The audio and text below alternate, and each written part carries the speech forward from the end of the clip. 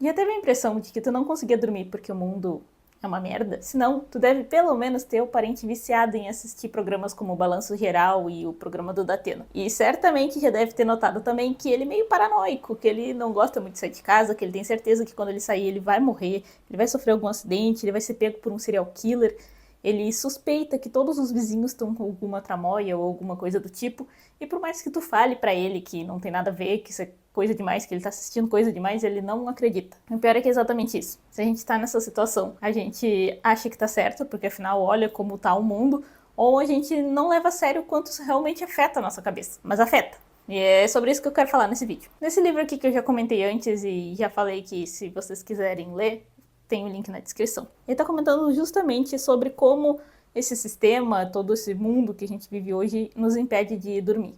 Mas não é só dormir. Tem um momento do livro que ele fala o seguinte: a privação do sono é hoje inseparável de muitas outras formas de desapropriação e ruína social em curso no mundo todo. Como privação individual no presente, ela se inscreve numa condição generalizada de desmundanização. Depois ele ainda complementa dizendo que mesmo que a gente não tivesse cercado por luzes e coisas que querem nos manter acordados o tempo todo, como redes sociais, consumo excessivo, trabalho excessivo, relações de trabalho, a gente ainda assim não dormiria bem, porque tem uma diferença. E ele mesmo fala isso no livro, entre insônia e estado de vigília. O estado de vigília é literalmente isso que dá a entender. É estar acordado, é como se tu estivesse numa floresta e tivesse que alguém ficar acordado para manter todo mundo vivo. É diferente da insônia, que é não conseguir dormir por qualquer outro motivo. E ele fala justamente sobre o que eu quero falar aqui agora, sobre como todo esse consumo de notícias, de se importar com o mundo, gera esse estado de vigília constante na gente, como se a gente não pudesse descansar para viver a vida tranquilamente, porque o mundo tá uma coisa tão horrível que a gente precisa estar o tempo todo atento a tudo que acontece. Como eu mencionei, o parente hipotético no início do vídeo. Esse estado de ficar ansioso, esperando que o mundo vá querer te atacar. E isso afeta, obviamente, não só o sono, mas as relações pessoais, o teu trabalho, toda a tua saúde mental, no geral. Porque tu vive num constante medo de que alguma coisa horrível, daquelas que tu vê o tempo todo, vai acontecer. E outras coisas que podem acontecer, além desse estado de ansiedade, é uma percepção irreal da realidade. Porque tudo que chega pra gente de notícia através da televisão, do celular, que aumentou exponencialmente, né? Não é, se antes era só o Datena, agora a gente pode receber isso a qualquer momento no YouTube, no TikTok. A gente está sempre sendo cercado por essas coisas horríveis que acontecem pelo mundo. A gente precisa entender que é um recorte, que isso é um recorte de uma coisa que aconteceu, que pode ser compilado. E hoje em dia foi transformada numa mera criação de conteúdo. Quanto mais chocante, quanto mais bizarro, quanto maior, mais a chance de ser clicado. Se uma criança mata os pais, que é uma coisa que quase nunca acontece, isso vai chamar muita atenção. E vai talvez te fazer pensar logo, nossa, viu, hoje em dia nem as crianças mais podem ser confiáveis. Sendo que ali no teu redor, todas as crianças são confiáveis, as coisas não mudaram tanto assim. Mas isso vai afetando a tua percepção de realidade aos poucos, como um medo muito grande da própria cidade, por exemplo. E sim, os números de violência são altos, são altos. Os números de morte no trânsito são altos, mas se a gente ficar se apegando a isso, a gente pode acabar não conseguindo sair de casa, a gente pode acabar não conseguindo andar de carro, e todas as coisas que a gente precisa resolver. Porque a gente vê quantos números de carro acontecem no dia, mas não com a probabilidade de tu morrer entrando num carro. Se a gente for olhar para esse número, eu vou tentar procurar e se eu encontrar, eu vou colocar ele aqui. Qual é a probabilidade de morrer entrando num carro? Isso muda muito a nossa percepção de como o mundo funciona, nos deixando num estado eterno de vigília. Ter medo de situações em que não são tão assustadoras assim, de que não são tão reais assim, também nos causam um mal físico, por causa do aumento de cortisol, por causa do aumento do estresse, por causa da piora das relações interpessoais. Tu vai se estressar com as pessoas que estão ao teu redor por causa disso. Quantas vezes tu já não pegou o celular, por exemplo, e baixou a tela ali, deslizou, e aí tu tava vendo um TikTok, tava rindo bastante, e daqui a pouco tu passa outro e tu tá chorando. Consegue perceber o quanto isso muda a nossa cabeça tão rápido? A gente nunca leva isso em consideração, mas isso fica ali. Inclusive, por exemplo, tu tá assistindo esse vídeo. Depois que tu terminar de assistir esse vídeo, muito possivelmente tu vai ver um noticiário, vai ver alguma coisa e talvez tu lembre desse vídeo. Tudo que a gente consome vai com a gente um pouquinho adiante. Será que a gente consegue parar de consumir notícias? Não tem como, né? A gente precisa ficar sabendo do que está acontecendo no mundo, não é realista pensar que a gente possa simplesmente parar de consumir tanta coisa. Mas eu vim diminuindo a quantidade de notícias que eu vejo, porque como eu falei em outro vídeo aqui no canal, eu consumi muita notícia, demais, até derreter minha cabeça durante a pandemia. E foi ali que eu fui começando a notar que talvez eu precisasse dar uma maneirada e uma filtrada nas informações que ia chegar em mim. Eu não precisava saber a contagem atual de mortos o tempo inteiro. O que eu realmente gostaria de saber naquela época? Se teria alguma vacina, se como estavam as leis, como é que estava mais ou menos o avanço, e talvez não precisasse ser todo dia. Será que eu poderia só ficar sabendo umas 2 vezes na semana? Será que eu poderia achar as fontes das notícias? Porque no mundo que a gente está hoje, a gente ainda precisa lidar com fake news, né?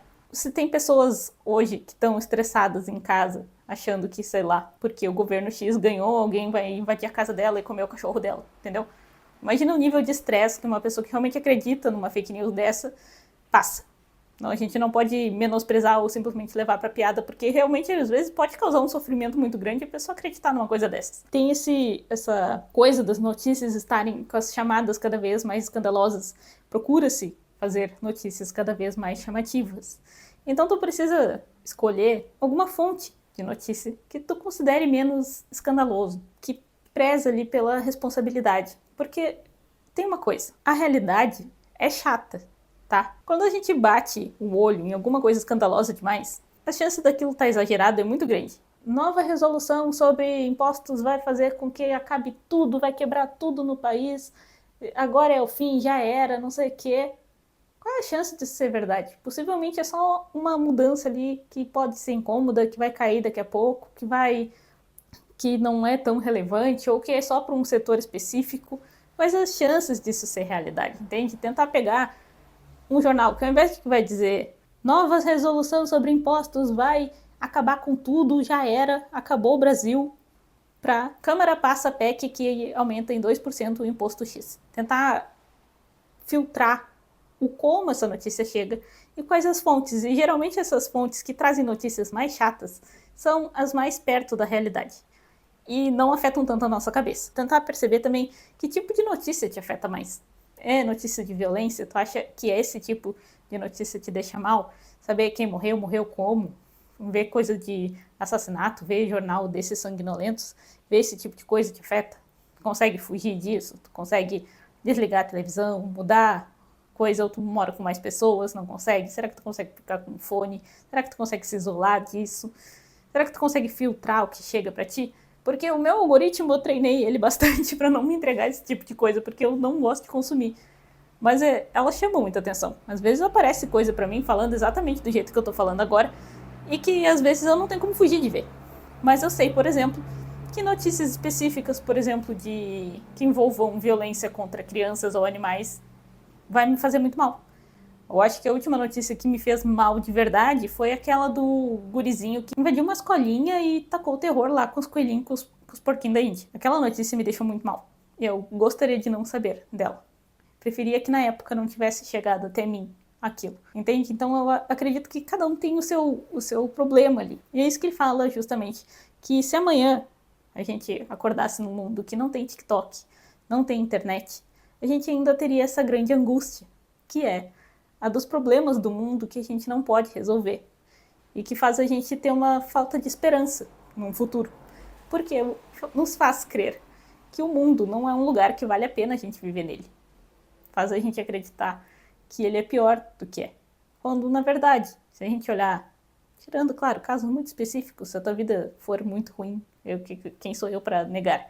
Mas, na maior parte das vezes, a gente tem uma vida chata num meio ambiente de pessoas ok's, honestas. A gente sempre acha, eu sou honesto, o resto de todo mundo não presta. Mas não é verdade.